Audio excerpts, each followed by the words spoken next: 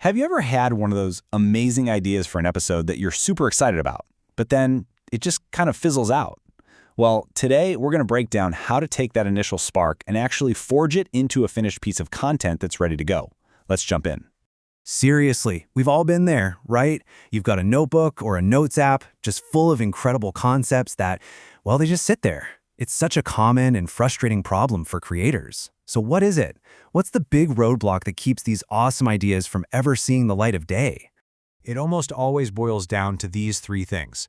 An idea, on its own, is kind of flimsy. If you don't have a sharp hook to grab someone's attention right away, a clear outline to actually guide the story, and a specific call to action to give it all a purpose, then it's just going to stay a vague concept. It's missing the bones it needs to become real content.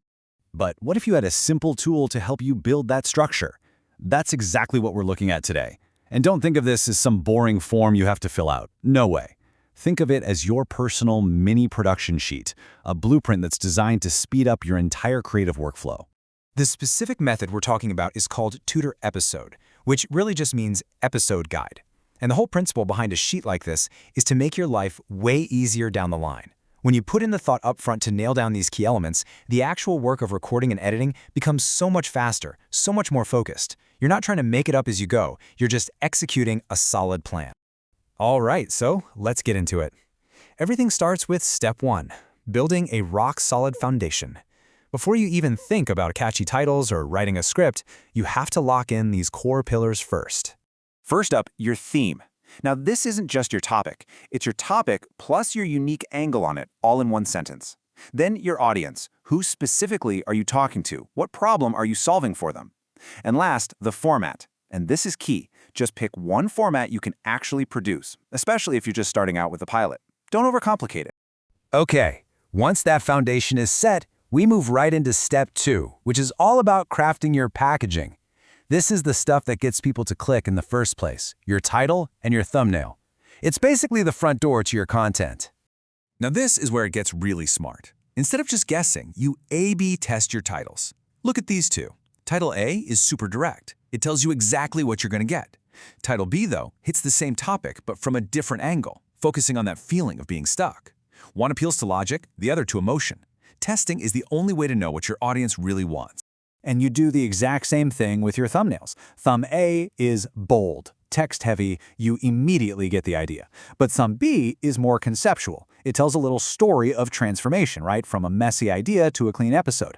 These are two totally different visual hooks designed to grab two different types of attention. So how do you know which one actually worked? You've got to measure it. For this kind of thing, your go-to metric is almost always going to be click-through rate, or CTR. You just run the test for about 3 to 7 days, and that'll give you enough data to see which one is the clear winner.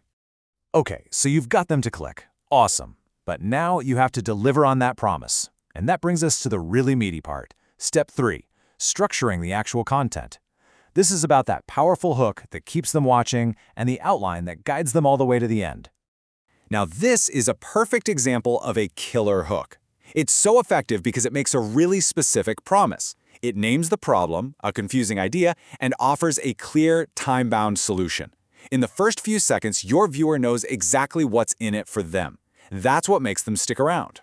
And once they're hooked, you can't just wander around. You need a roadmap.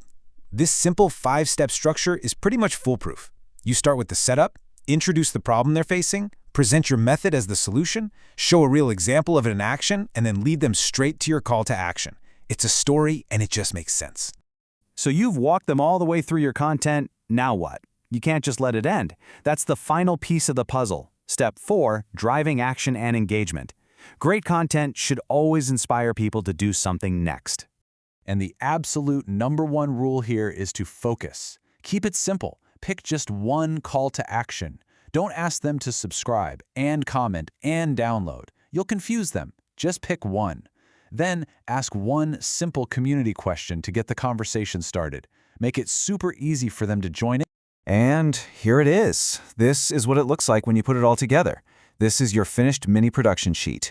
You can see how everything flows together, right? The theme directly inspires the titles, the hook makes a promise that the outline delivers on, and it all leads to a super clear CTA and a simple community question. It's a complete roadmap from start to finish. So, after all this planning, after filling out the sheet, what's the single most important thing you need to remember? What does it all really boil down to? It's this one number. Just one. The goal here isn't to perfectly plan a 10-episode series. It's to publish one pilot, just one.